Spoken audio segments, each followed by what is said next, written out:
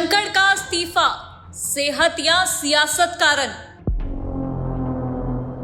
अगर सेहत ही है कारण तो सत्र से पहले क्यों नहीं दिया इस्तीफा? 11 से 4:30 के बीच ऐसा क्या हुआ जिसने हिला दी धनखड़ की कुर्सी? उठे कई सवाल, धनखड़ की चुप्पी पर बवाल। क्या सरकार से नाराजगी ने लिखी इस्तीफे की कहानी?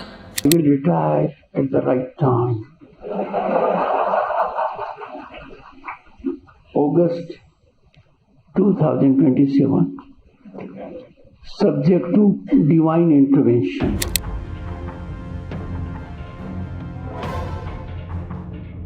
उपराष्ट्रपति जगदीप धनखड़ के इस्तीफे ने सियासी फिजाओं में सवाल खड़े कर दिए हैं। मॉनसून सत्र के पहले दिन अचानक उनका इस्तीफा अभी विपक्षी दलों को रास नहीं आया है और कई तरह के सवाल खड़े हो रहे हैं। सबसे पहला सवाल जगदीप धनखड़ के इस्तीफे की टाइमिंग पर उठ रहे हैं कि अगर सेहत खराब है तो मॉनसून सत्र से पहले इस्तीफा क्यों नहीं दिया? सत्र से पहले सदन में धनखड़ पूरी तरह से एक्टिव लग रहे थे, पर अचानक ऐसा क्या हुआ कि उनको अपने पद से इस्तीफा देना पड़ा? ये सवाल लगातार सियासी गलियारों में चर्चा का विषय बना हुआ है। 21 जुलाई को ऐसा क्या हुआ जिसने जगदीप धनखड़ की कुर्सी हिलाकर रख दी? राज्यसभा में मॉनसून सत्र की पहले दिन की कार्रवाई से राष्ट्रीय भवन में इस्तीफे के बीच क्या क्या हुआ, इनसाइड स्टोरी पर नजर डालते हैं। 11 बजे सदन की कार्रवाई शुरू होती है। Honorable members, as we assemble for the 268th session of the Rajya Sabha, I extend my warm greetings to all of you. 11:05 पर धनखड़ ने सभी पार्टियों से अपील की और कहा राजनीतिक तनाव कम होना चाहिए क्योंकि टकराव राजनीति का सार नहीं है। Political tension must be reduced as confrontation is not the essence of politics. While political parties may pursue the same goals through different approaches, no one in India opposes the nation's interest. 11:16 पर जगदीप धनखड़ द्वारा मल्लिकार्जुन खड़गे को जन्मदिन की बधाई दी जाती है। On behalf of this house and myself, warmest greetings and heartfelt wishes to Sri Mallikarjun Kharge, leader of the opposition in Rajya Sabha. 11:19 पर जगदीप धनखड़ ने सदन में राज्यसभा के पूर्व सदस्यों को श्रद्धांजलि अर्पित की। It is with profound sorrow that I refer to passing away of Shri C. Perumal, Dr. K.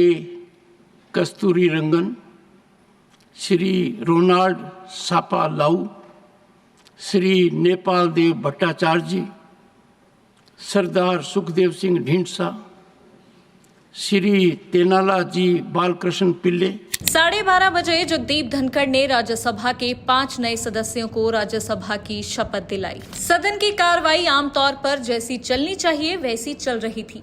Jagdeep Dhankhar के भाषण से सत्र की शुरुआत हुई। नए सांसदों का स्वागत हुआ।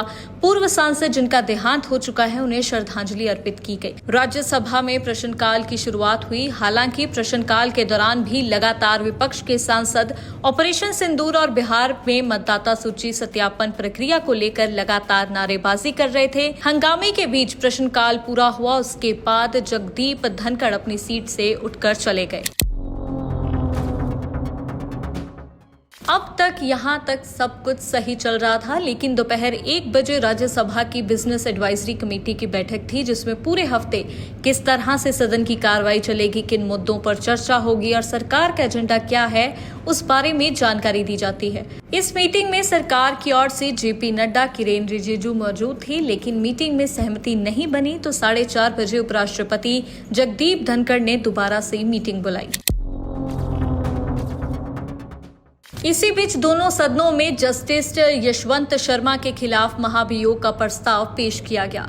विपक्ष की तरफ से भी 63 सांसदों के हस्ताक्षर वाला एक महाभियोग का प्रस्ताव राज्यसभा में दिया गया। यानी कि जस्टिस यशवंत शर्मा के खिलाफ महाभियोग का प्रस्ताव का जो नोटिस था वह एक तरफ लोकसभा में पहुंच चुका था और दूसरी तरफ राज्यसभा में भी विपक्ष की ओर से दिया जा चुका था। सूत्रों के मुताबिक मानसून सत्र की शुरुआत से पहले ही केंद्र सरकार ने स्पष्ट कर दिया था कि वे जस्टिस वर्मा को हटाने के लिए प्रस्ताव लाएंगे। 4 बजे राज्यसभा के अध्यक्ष जगदीप धनखड़ एक बार फिर से अपनी चेयर पर आते हैं।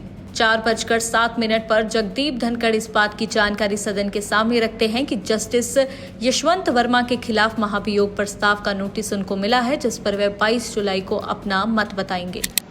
I need to inform you that I have received notice of motion under Article 217 1B, read with Article 218 and Article 124, Sub-Article 4 of the Constitution of India, along with Section 31B of the Judges Enquiry Act 1968, to constitute a statutory committee for removal of Justice Yashwant Verma, Judge of the High Court of Judicature at Rajasthan, at Allahabad. This has been received by me today. It is signed by more than 50 members of the Council of States, and thus it meets the numerical requirement of signing by members of Parliament for setting in motion a process for removal of a High Court judge. शाम 4:30 बजे BAC की बैठक का वक्त था, लिहाजा जगदीप धनखड़ सीधा उस बैठक के लिए चले गए, जहां पर तमाम राजनीतिक दलों के वरिष्ठ नेता मौजूद थे। लेकिन इस बार बीजेपी की तरफ से जेपी नड्डा और किरेन रिजिजू वहां मौजूद नहीं थे, बल्कि संसदीय कार्य राज्य मंत्री एल मुरुगन बैठक में मौजूद थे। एक तरफ बीएसी की बैठक चल रही थी तो दूसरी तरफ इसी दौरान केंद्रीय रक्षा मंत्री राजनाथ सिंह के कमरे में एक बंद कमरा पड़ी बैठक शुरू हो गई। बैठक में सरकार के तमाम बड़े मंत्री मौजूद रहते हैं, जिसमें खुद रक्षा मंत्री राजनाथ सिंह, बीजेपी के राष्ट्रीय अध्यक्ष और केंद्रीय स्वास्थ्य मंत्री जेपी नड्डा, केंद्रीय गृह मंत्री अमित शाह, संसदीय कार्य मंत्री किरेन रिजिजू, कानून मंत्री अर्जुन राम मेघवाल, कृषि मंत्री शिवराज सिंह चौहान समेत अन्य मंत्री मौजूद रहते हैं। 5 बजे विपक्षी सांसद, जिसमें जयराम रमेश, अखिलेश प्रसाद सिंह और प्रमोद सिंह तिवारी शामिल है, जगदीप धनखड़ से मिलते हैं। 7:30 बजे विपक्षी सांसद और कांग्रेस के वरिष्ठ नेता जयराम रमेश ने शाम करीब 7:30 बजे जगदीप धनखड़ से फोन पर बात की। 9:05 पर उपराष्ट्रपति कार्यकाल की तरफ से ट्वीट आता है कि जगदीप धनखड़ ने अपने पद से इस्तीफा दे दिया है। इस ट्वीट में इस्तीफे की पूरी जानकारी दी गई थी। सवाल है कि अगर सेहत खराब थी तो उसके बाद भी जगदीप धनखड़ पूरा दिन एक्टिव कैसे थे। हालांकि पहले धनखड़ ये दावा भी कर चुके थे कि वे अभी रिटायर नहीं हो रहे हैं, फिर एकदम से उनके इस्तीफे ने राजनीति में बारूद का काम किया। कई सवाल हैं, लेकिन जवाब देने वाले जगदीप धनखड़ अभी चुप हैं। इस्तीफे का सेहत कारण था या सियासत, ये भी समझने वाली बात है। हालांकि ये भी बातें उठाई गई हैं कि सरकार से लगातार दूरियां बढ़ रही थी और जस्टिस वर्मा वाले मामले ने इस मामले को तूल दे दी और यही कारण बना उनके रिजाइन का। Bureau report, Dainik Savera.